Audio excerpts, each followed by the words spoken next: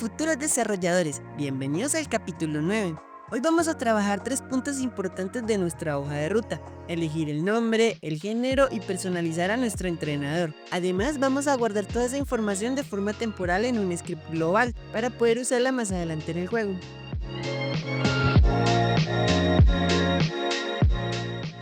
Ahora vamos a ver cómo está construida la escena de creación de personaje. Esta escena se diferencia de la clásica de Pokémon porque nos permite derrotar al personaje y ver los cambios de color en tiempo real, lo que hace que la personalización se sienta más viva desde el inicio. El grupo base contiene el fondo, el título y las indicaciones de los botones. El fondo usa un shader, que es básicamente un pequeño programa gráfico que se ejecuta directamente en la GPU para modificar cómo se ve algo en pantalla. En este caso, el shader dibuja un fondo con líneas configurables, controla su grosor y separación, y además aplica un efecto viñeta que oscurece suavemente los bordes. El grupo de previsualización se encarga de mostrar el personaje. Aquí vemos el nombre, el género y los colores seleccionados. También están los 3 sprites principales que se usan durante el juego: el del mundo, el de la tarjeta del entrenador y el de los combates. En este mismo grupo aparece el teclado en pantalla junto al sprite de la mano o selector. Aunque visualmente parece construido tecla por tecla, en realidad el teclado se genera dinámicamente por código, instanciando cada tecla, algo que veremos más adelante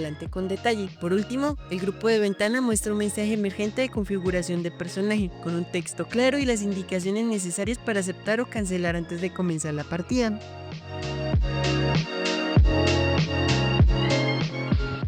Primero vamos a construir nuestras teclas pequeñas, las teclas grandes y la barra espaciadora. Todas siguen exactamente la misma jerarquía. El nuevo padre es un botón al que le damos un tamaño fijo tomado directamente del diseño en Figma, para que todo coincida visualmente. Como hijos, el botón tiene un sprite 2D con animaciones llamado animación, y otro sprite 2D que en realidad no muestra nada por sí solo, sino que funciona como un contenedor del símbolo de la tecla, el cual se representa con un label llamado símbolo. Dentro del nodo de la animación configuré una animación llamada tecla presionada 15 FPS, que se encarga de dar feedback visual cuando la tecla es usada. En el símbolo coloqué una letra genérica, como la A, solo para pruebas, y tanto el sprite de la animación como el texto del símbolo tienen un color, en este caso es un gris suave. Este mismo proceso se repite para las otras 2 variantes de las teclas, las grandes y la barra espaciadora. Le agregué un script al contenedor vertical para la parte del código, y como pueden ver, en nuestro script tiene algo muy particular: es el class name. Esto nos permite crear un tipo de nodo personalizado con un nombre propio que podemos usar en todo el proyecto. Es como ponerle una etiqueta única a tu script para que otros lo reconozcan fácilmente, en lugar de tratarlo como un nodo genérico. El tool permite que el teclado se genere y se vea directamente desde el editor sin necesidad de ejecutar el juego. Las variables fila 1, fila 2 y fila 3 son referencias a los contenedores horizontales donde se colocan las teclas, es decir, cada una representa una fila del teclado.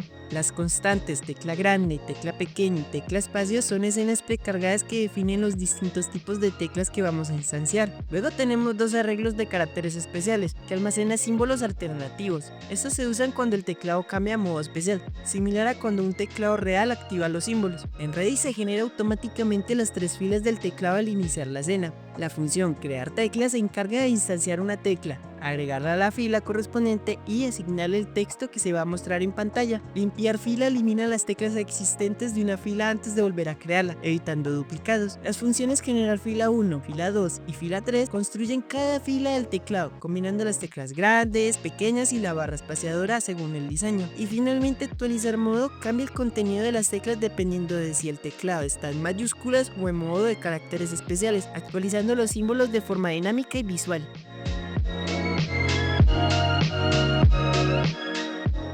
Ahora vamos con el movimiento del teclado. Para esto agregué un nodo de color blanco con el script. Aquí definimos una señal llamada cambio de color solicitado, que se usa para comunicarle a otro sistema cuando el jugador quiere cambiar el color del personaje. Selector es el sprite 2D que representa visualmente el cursor o la mano que indica la tecla actual. Teclado es la referencia del nuevo teclado que ya construimos antes. Las variables exportadas controlan detalles del comportamiento, como la distancia del selector respecto a la tecla, el límite de caracteres del nombre, la suavidad del movimiento y el tiempo de repetición al mantener una dirección presionada. Nombre y género son labels donde se va mostrando en tiempo real el nombre del personaje y su género. Las variables internas como fila, fila actual y tecla actual guardan la posición actual del selector dentro del teclado. Mayús activo y especial activo indican en qué modo está el teclado, mientras que pos objetivo se usan para mover el selector de forma suave hacia la tecla seleccionada. En las funciones el rey obtiene las filas del teclado y se coloca el selector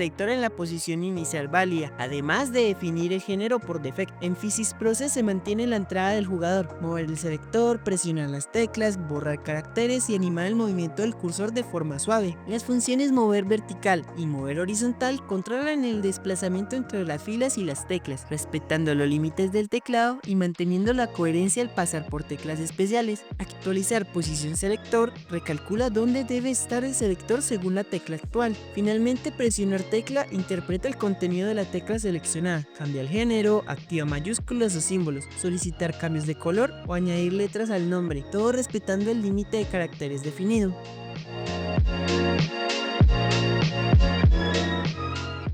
Ahora lleguemos a la parte de cambiar los colores y cargar los sprites según el género. Para empezar, debemos preparar bien nuestros sprites. La idea es separar visualmente los elementos que queremos personalizar en una escala de grises, como la piel, la mochila o ciertos detalles del personaje. Para que esto funcione correctamente es importante que cada parte que vayamos a colorear tenga su propia hoja de animación. En este caso, por ejemplo, una para la piel y otras dos para los detalles. Además, renombré las animaciones de forma clara y borré algunas de estas, ya que eso facilita mucho su control desde el código más adelante. Por último, todos estos nodos de animación deben estar exactamente en la misma posición, de modo que los frames se superpongan y se vea como un solo sprite coherente en la pantalla. Ahora pasamos al código. Primero, obtenemos las referencias de la clase selector teclado, a los color rect que muestran los colores seleccionados y a los distintos grupos de sprite. Estos grupos permiten aplicar cambios de forma ordenada a todas las capas del personaje al mismo tiempo. También se definen los arreglos de colores disponibles para cada categoría, junto con los índices que indican qué color está activo. Además se guardan las animaciones disponibles, el índice actual de la animación y el género actual del personaje. Después están las rutas de recursos. Aquí se definen las carpetas donde se encuentran los sprite frames y los sprites tanto para el personaje masculino como el femenino. Esto permite cambiar de género simplemente cargando otro recurso sin modificar la lógica. En el rey aplicamos los colores por defecto al personaje y se conecta la señal del teclado para reaccionar cuando el jugador solicita un cambio de color. En Process se manejan dos cosas importantes. Primero, se detecta si el género cambió desde el selector y si es así, se recarga los sprites correspondientes. Segundo, se permite rotar la animación del personaje usando los botones configurados para poder verlo desde diferentes direcciones. La función cargar sprite género se encarga de cambiar visualmente el personaje, carga los sprites y las animaciones correctas según el género elegido, conserva la animación y el frame actual para que el cambio sea fluido y vuelve a aplicar los colores seleccionados para no perder la personalización. Con aplicar colores se actualizan los colores reales, tanto los color red de la interfaz como los sprites del personaje reciben el nuevo color usando un modulate, lo que hace posible la personalización en tiempo real. Las funciones iniciar animaciones y rotar animación controlan la previsualización del personaje, permitiendo reproducir la animación correcta y girándola, simulando cómo se verá el personaje en el juego. Por último, en cambio de color, responde a los botones C1, C2 y C3. Cada uno cambia un grupo de colores distintos, avanzando por la paleta correspondiente y aplicando el cambio con una transición suave usando un twin, lo que hace que el sistema se sienta más pulido y agradable visualmente.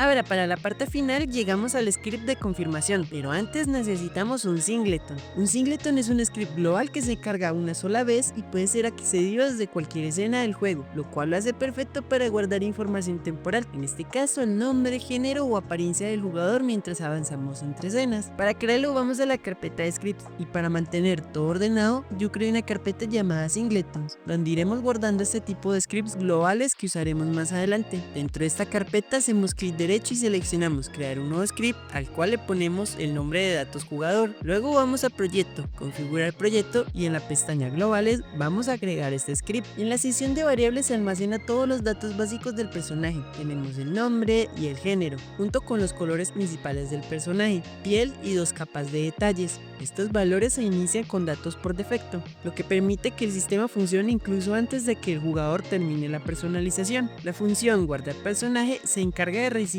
toda la información elegida en la pantalla de creación de personaje y guardarla en el singleton. Aquí simplemente se asignan los valores recibidos a las variables globales, dejando los datos listos para usarse más adelante en cualquier escena. Por último tenemos una función, cargar sprite, que es la responsable de aplicar la apariencia del personaje del juego. Primero decide qué ruta de recursos usar según el género seleccionado y después cargar los sprite frames correctos para cada parte del cuerpo. Una vez cargadas las animaciones, aplica los colores guardados usando Modulate, lo que permite que el personaje mantenga exactamente la apariencia que el jugador eligió. Ahora vamos al script de la ventana que nos guarda todo. En este script manejamos toda la pantalla de configuración del personaje. Al iniciar, la ventana de configuración está oculta y el juego espera la interacción del jugador. Primero detectamos cuando el jugador presiona el botón de comenzar. Si el nombre no está vacío, se recompilan los datos elegidos, nombre, género y colores del entrenador. Con esta función se construye un mensaje visual donde el jugador puede revisar todo antes de continuar. Cuando la confirmación aparece, el resto de la interfaz se oculta para evitar cambios accidentales. Si el jugador acepta, los datos se guardan de forma temporal en el singleton datos jugador y se cambia a la siguiente escena del juego. Si decide cancelar, simplemente se cierra la ventana y se vuelve a mostrar la personalización. Antes de probar nuestro sistema de creación de personaje, fui a la escena del jugador. Ahí agregué un label para mostrar el nombre de forma temporal y así verificar que los datos se están cargando correctamente. También agrupé las animaciones dentro de un solo nodo, cada uno con su nombre correspondiente, tal como lo hicimos en la escena de creación del personaje. Por último, añadí un pequeño script que se encarga de leer la información guardada en el singleton, mostrar el nombre del jugador y usar la función de cargar animaciones aplicando los colores seleccionados a los sprites, y por supuesto modifiqué el script del movimiento del jugador.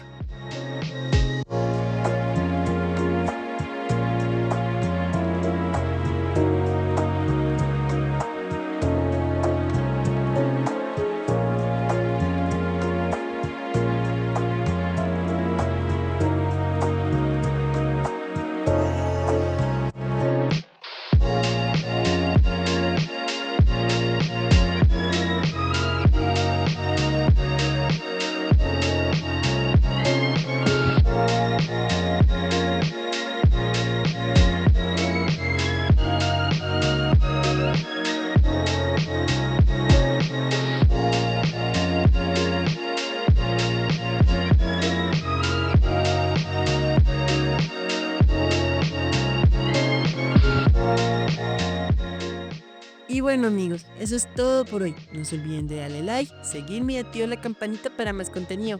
Nos vemos en el próximo video. ¡Adiós!